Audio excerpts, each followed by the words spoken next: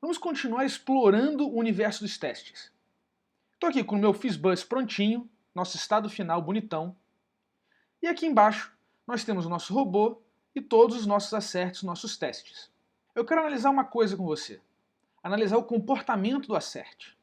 Para isso, eu vou aqui na linha 20 e vou inserir um bug. Vou colocar, em vez de AND, vou botar OR. E vou rodar o código. Rodando, observa que ele dá um assertion error aqui na linha 35, dizendo que quando eu executo robô com a posição 3, não está me dando fizz, porque ele está, na verdade, entrando aqui, porque é múltiplo de 3 ou múltiplo de 5, então ele entra em Fizzbuzz e está retornando Fizzbuzz nesse caso. Observa que ele executa a linha 35, dá o assertion error e para a execução. Ele não executa 36, 37 e por aí vai. Ele para onde deu o primeiro assertion error. Isso não é muito legal quando a gente tem um projeto grande, porque afinal de contas eu quero rodar todos os testes e contar quantos deles deu erro. Eu não quero só parar a execução nesse primeiro, porque vai que esse erro aqui na verdade é causado por um outro. Então o que eu quero, o ideal, é a gente ter uma forma de rodar os testes para que todos os testes sejam executados. Como é que a gente faz isso? Bom, a assertion error é uma exceção. Então se ela é uma exceção, eu posso envolver ela num try except.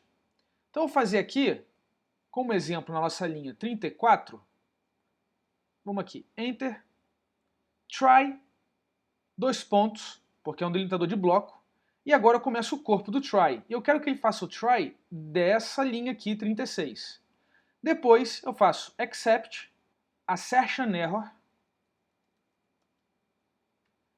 e aqui embaixo eu dou um print. Print, falha na linha 36. Para indicar para mim que essa linha aqui gerou exceção. Legal, salvo e rodo. Ele apareceu aqui meio embolado, mas apareceu, dizendo, ó, deu falha na linha 36. E olha que interessante, que ele apareceu aqui o traceback dando falha na linha 40. Então ele executou, depois de dar esse erro aqui, agora ele executou a linha 40. Só que aí ela trouxe uma exceção e aí ele parou, não executou mais a 41.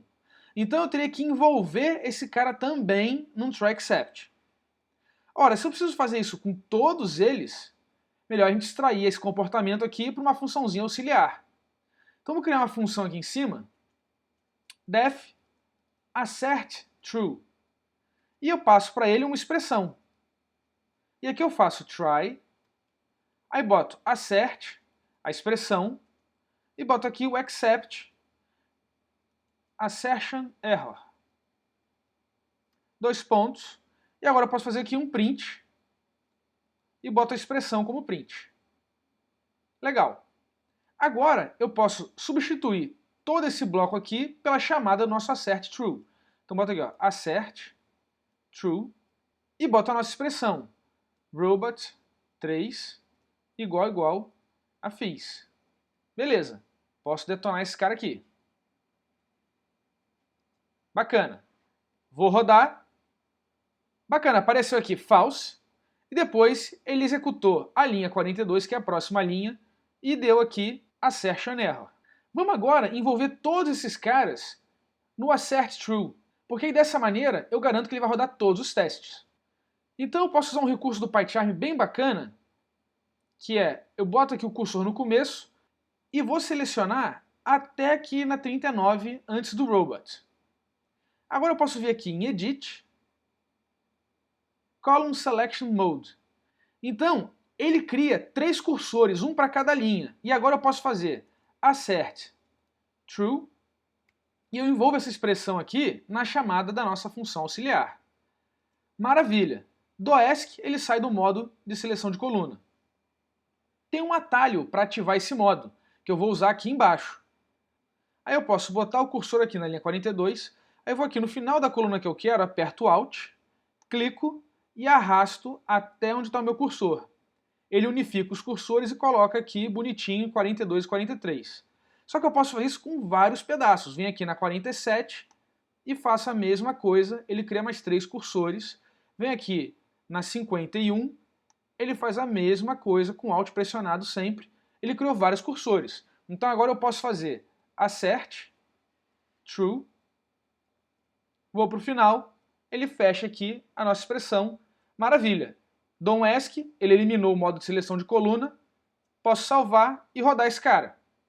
Bacana. Agora ele me diz que tem 6 testes que estão falhando. Só que ele não me diz qual é o teste. O que a gente pode fazer?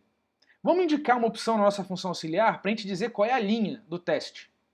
Então a gente vem aqui em cima e coloco aqui line. E agora eu posso vir em cada um desses caras, vou selecionar com coluna de novo, selecionei esses aqui, arrastei aqui, aqui também, aqui embaixo e esse aqui também. Aí agora eu posso fazer vírgula, espaço e crio uma string. Aí aqui dentro eu boto o número da linha, vou começar com a 37. Don't ask, aí agora é só substituir. 38, 39, 41, 42, 43, 45, 46, 47, 49, 50 e 51. Beleza, já estou recebendo essas linhas. Agora eu vim aqui na nossa mensagem e a gente pode colocar aqui line, boto aqui a variável line e depois a expressão. Agora rodo de novo meus testes. Maravilha! A linha 41 deu falso, a linha 42 deu falso, 43 e por aí vai. Bacana, a gente agora está conseguindo rodar todos os testes. Mas seria legal saber, em vez de false, saber quais eram os valores que estavam com problema, qual é a divergência que o nosso teste encontrou. Então a gente tem que refatorar nosso assert true para outra coisa. Em vez de passar uma expressão para ele, vamos passar cada uma das partes da expressão. Então eu vou fazer aqui first e second. E aqui a gente diz que first tem que ser igual a second. E agora eu posso botar aqui embaixo first e second. Com isso, eu posso trocar o nome desse cara, não é mais assert true, é assert equal. Eu quero garantir que eles sejam iguais. Então eu posso fazer aqui seleciono ele aqui, vou em refactor, rename, e aqui eu boto assert equal. E faço aqui refactor. Maravilha! O PyCharm me exibe essa coluna aqui, essa tela, para confirmar tudo. Eu seleciono todo mundo e falo assim, executa. Show! Já renomeou todas as ocorrências do assert true para assert equal. Maravilha, mas falta um detalhe. Eu tenho que mudar isso aqui, porque agora eu passo 2 argumentos e não uma expressão inteira. Então eu vou usar aqui meu modo de coluna, pressionar o Alt e vou arrastar esse cara aqui, selecionando, arrastar. Então eu vou usar meu modo de seleção de coluna, aperto o Alt aqui e vou arrastar para criar meus cursores, arrasto aqui também, esse aqui eu arrasto também, aqui também e aqui também. E agora simplesmente eu boto vírgula, espaço. Ask, tudo resolvido. Roda esse cara, tá lá o que a gente queria. Linha 41, o robô retornou fiz buzz, mas eu queria fiz. Maneiríssimo. Vamos melhorar então um pouquinho essa mensagem. Bom, então vamos fazer aqui, criar uma variável msg é igual, e vou botar fail, 2 pontos, line, aí vou botar aqui, abre e fecho chaves, got, abre e fecho chaves, expecting, abre e fecho chaves. Então a ideia é fazer um templatezinho, e a gente usa essa assinatura aqui, essa sintaxe, é da linguagem de formatação de string do Python, que é muito mais interessante do que aquele esquema de %s que a gente usa com interpolação de strings. Então vamos usar esse cara aqui, e basicamente ele vai criar frases como fail, line 40, got, fiz buzz, expecting, fiz. E aí fica muito mais claro pra gente o que ele está fazendo. Com isso, eu venho aqui embaixo e troco o nosso print. Eu faço msg.format e passo line, first e second. E fecho aqui a chamada da função. Excelente. Ctrl R, rodo e aparece a mensagem bonitinha que a gente queria. Falhou na linha 41, Recebi FISBuzz esperando FIS. Excelente. Mas agora, como a gente está fazendo o assert equal, não é mais necessário utilizar esse try com assert aqui. Eu posso simplificar esse cara. Como?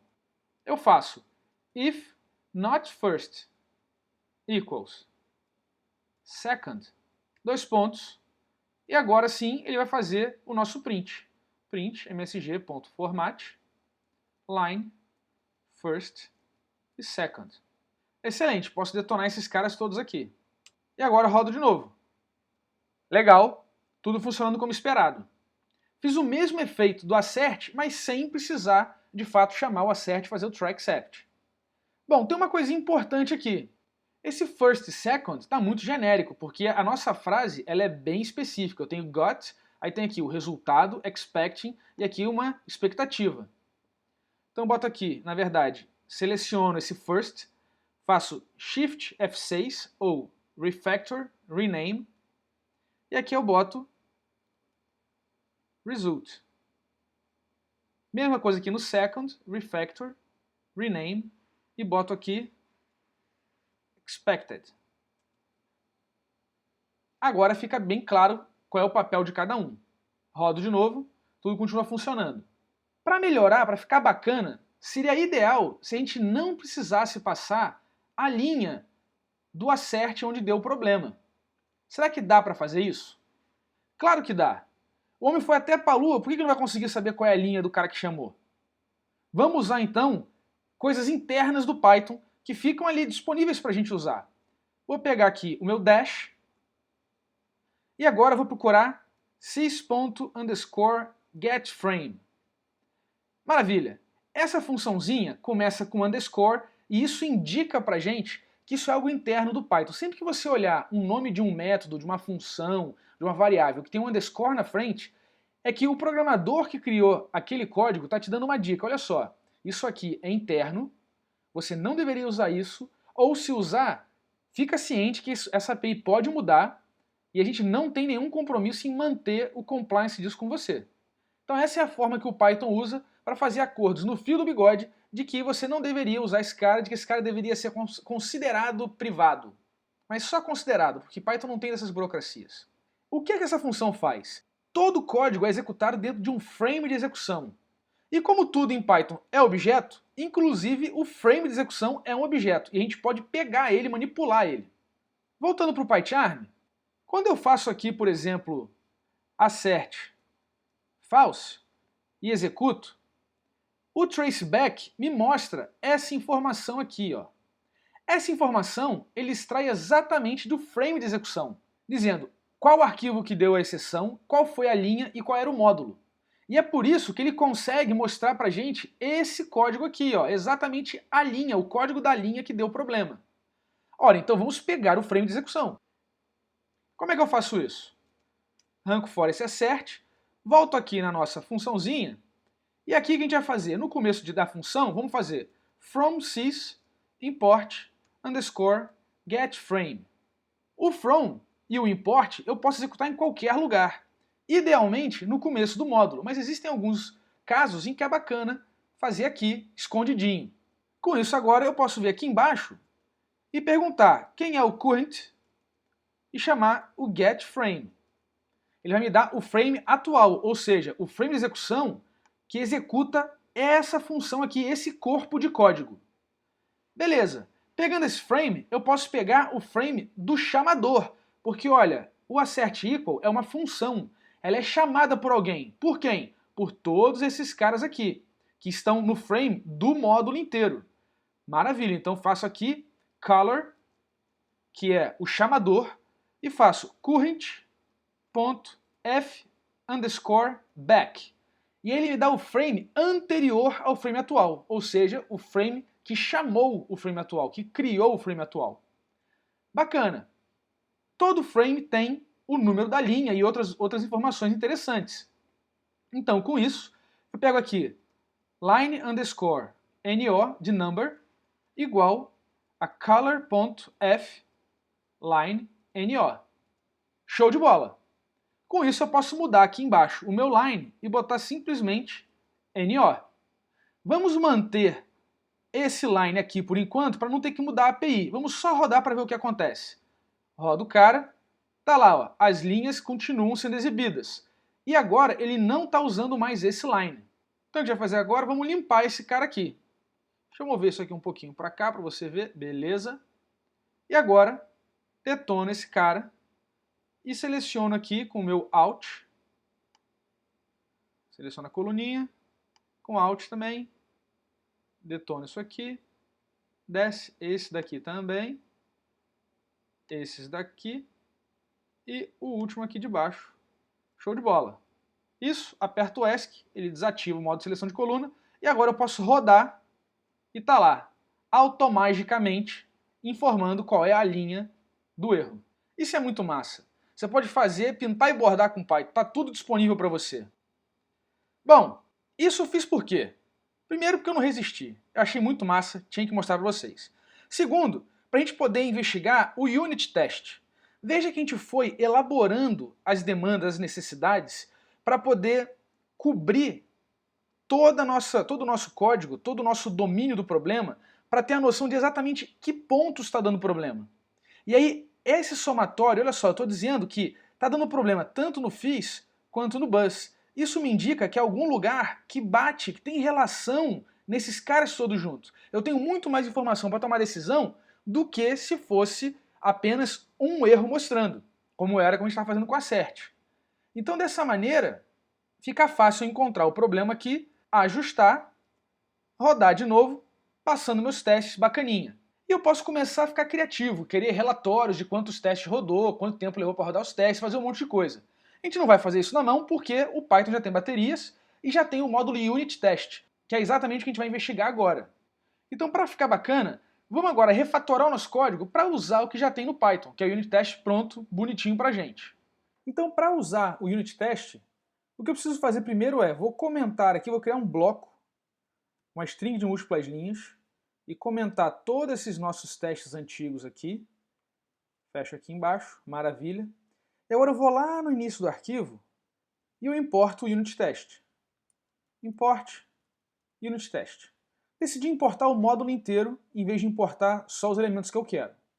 Aí eu vou aqui embaixo agora e eu vou criar uma classe, class FizzBuzz_test, que vai herdar de unitTest.testCase. TestCase é uma classe que está dentro do módulo UnitTest. Boto 2 pontos no final, delimitador de bloco. O FizzBuzz_test vai ser o nosso cenário de teste, que vai conter vários testes, cada um dos testes que a gente fez. Então aqui eu vou criar um test method, um método da classe FizzBuzz_test que vai ser o teste em si. Def test underscore, isso é importante para o unit test detectar que esse cara é um test method. Aí boto aqui test underscore say one, when, one. Boto aqui o self, que é para o método, e agora faço self.assert equal, que já é um método de assert, parecido com o que a gente tinha feito já do unit test, e passo aqui o robot 1 e boto aqui a string 1. Excelente. Agora eu repito isso para os outros caras que a gente já fez. Vou dar uma acelerada porque você já sabe como é que funciona. Maravilha. Tenho aqui a nossa classe de teste toda bonitinha, nosso cenário, o FizzBuzz_test, com cada um dos testes que a gente já fez anteriormente.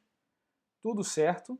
Legal. Agora eu vou fazer aqui no if dunderName igual a dunderMain, eu vou chamar unittest.main, a função principal do unit test capaz de rodar os testes em si. Dou um enterzinho aqui e agora eu vou rodar esse cara. Maravilha, 12 testes passando, tá tudo bacana. Veja que a interface do PyCharm até mudou, porque agora ele está usando o test runner, para dar o relatório completo para a gente. Agora eu posso vir aqui embaixo e apagar o que a gente fez anteriormente. Pronto, agora o nosso código está com o unit test. No terminal também fica legal, você vê aqui em View, Tool, Terminal, ele já me abre o terminal direto aqui no diretório do FizzBuzz. E eu posso fazer Python, FizzBuzz, e ele roda os testes bacaninha para mim, me dá o relatório que 12 testes passaram. Se eu colocar um erro de propósito ali, voltar naquele nosso end, transformar ele em OR, olha que maneiro, ele mostra pra gente cada erro que falhou, dando aqui o nome do cara, qual foi a linha onde deu o problema, o que ele esperava, o que foi diferente, e aponta aqui embaixo no relatório final, ó, falhou, 6 falhas, não foram erros, foram falhas. E aqui em cima ele lista todos os caras bacaninha pra gente fazer a correção. Muito massa. Deixa eu voltar o nosso end aqui certinho. Vou injetar uma quebra no código para você ver o que acontece. Então venho aqui e vou colocar ASDF, como se estivesse acessando uma variável que não foi definida. Então venho aqui e rodo de novo. Python, FizzBuzz. E agora ele me dá 12 erros, tá vendo? Não é falha, são erros. E ele me mostra aqui que deu name error do ASDF. Se eu tirar esse cara daqui, salvo, vou rodar de novo, tá lá tudo bonitinho. Existe outra forma de rodar esses caras. Eu posso fazer Python -m unit test. E ele funciona também. Por quê? Quando eu passo "-m", eu estou dizendo para o Python que o entry point do programa é o pacote unit test da biblioteca padrão, bateria inclusa. E esse cara vai chamar exatamente o main, que é o que a gente chama no nosso dunder name lá embaixo. E o main tem toda a lógica de varrer o diretório procurando recursivamente por arquivos de teste com os seus cenários de teste, detectando os caras e rodando todo mundo, dando um relatório só para tudo. Então num projeto grande isso é ideal, porque você basta um comando e você não importa como é que está a estrutura do seu projeto, ele simplesmente encontra os testes e roda eles para você. Posso inclusive passar outros parâmetros para ele, ó. Passar aqui o unit test, "-help. Ele me lista o que eu posso fazer. E uma das coisas bacanas é o "-v". Então vou fazer aqui, ó, "-v". E ele mostra para mim um output diferente. Ele mostra cada teste que ele executou com o status do teste. Normalmente, a gente separa o nosso código de teste do código do projeto. Então vamos fazer isso por aqui. Eu vou voltar em View, to Windows, Project, e vou com o botão direito, New, Python File. Maravilha. E vou chamar de test_fizzbuzz.py. Venho aqui em View, to Windows, Project. Beleza. E agora eu posso alternar para o FizzBuzz. E o que eu vou fazer agora é basicamente extrair toda a nossa classe de teste e jogar lá para o nosso teste FizzBuzz. Arranco daqui, volto aqui e boto o nosso código. Aqui em cima eu não posso esquecer de importar o robots e importar o unit test. Então eu faço aqui import unit test e faço aqui from FizzBuzz import robot. Bacaninha. E não vou botar o dunder main. Não preciso dele, porque a gente vai usar o unit test normal para encontrar os nossos testes. Volto aqui no FizzBuzz, termino de dar limpa aqui. E lá em cima eu tenho um import que não está sendo usado, tá vendo em cinza? Eu posso apagar ele por aqui ou fazer o que eu gosto mais de fazer. Venho aqui em Code, Optimize Imports. E ele já resolve tudo pra gente bonitinho. Agora, se eu rodar esse arquivo FizzBuzz, venho aqui em Run, ó, tá Run Unit Test em FizzBuzz. Ele não encontra nenhum teste, porque de fato esse módulo não tem nenhum teste. Agora, se eu vier aqui em Teste FizzBuzz, botão direito, e faço Run, ele encontra os 12 testes, bonitinho, do jeito que a gente queria. Mesma coisa no terminal, eu venho aqui, View to Windows, Terminal. E agora eu estou em FizzBuzz, dou um ls aqui, eu tenho dois arquivos, fizzbuzz.py e testfizzbuzz.py. Agora eu vou fazer Python fizzbuzz.py. Ele não faz nada, porque é simplesmente uma biblioteca. Eu não estou chamando nenhuma função lá no FizzBuzz. E se eu fizer Python testfizzbuzz, ele também não faz nada, porque eu não tenho nenhum código, só estou declarando uma classe que é chamada de teste. Mas eu posso fazer Python -m unit test. Maravilha, ele detecta o teste underscore fizzbuzz, detecta os testes todos e executa o cara. Então ele executa esse cenário de teste. Bacaninha aqui, bem isolado, super organizado. E assim a gente utiliza o unit test do Python. Vamos entender um pouco mais do unit test e como ele se relaciona com o Django. Beleza, então o que faz exatamente o unit test? Bom, quando eu rodo o comando unit test, ele a partir do diretório corrente, ele invoca o test runner. A partir daí, ele procura e carrega os módulos ou pacotes que começam com teste no início do nome do arquivo.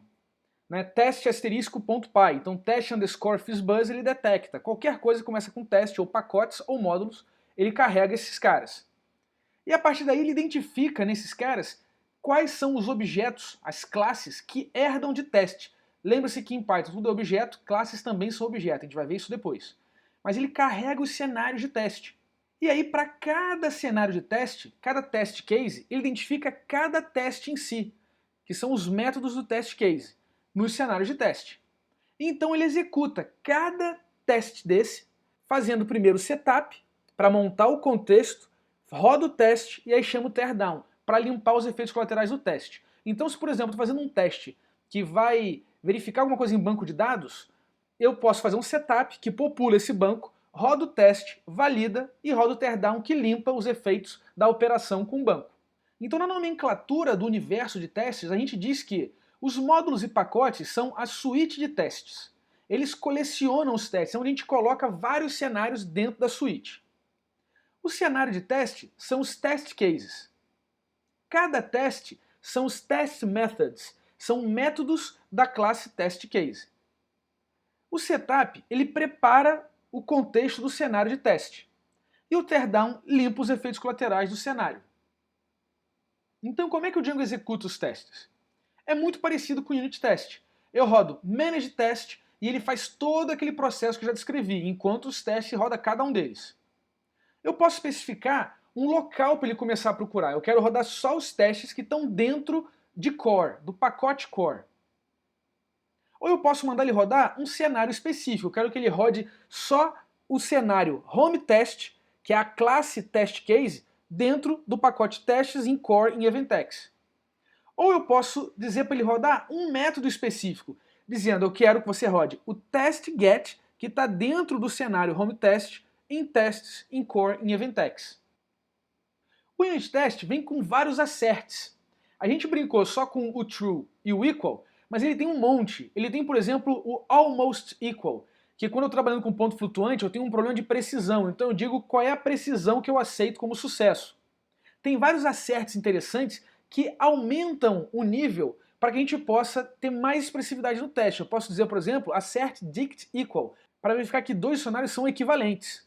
Tem o assert false, tem o assert true, assert in, assert greater, que é para saber se um número é maior do que o outro. Tem o assert isInstance, para verificar a instância de um objeto. Tem o assert raises, que verifica que um determinado código gera uma exceção esperada.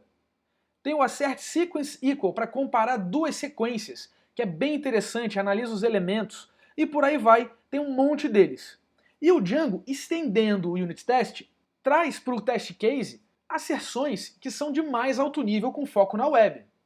E a gente tem aqui alguns asserts do Django, que é o assert contains, para detectar que uma resposta, um HTTP response, tem um determinado valor. Tem o field output, para verificar o campo, a saída de um campo do formulário. Tem assert form error, para garantir que um erro no formulário aconteceu.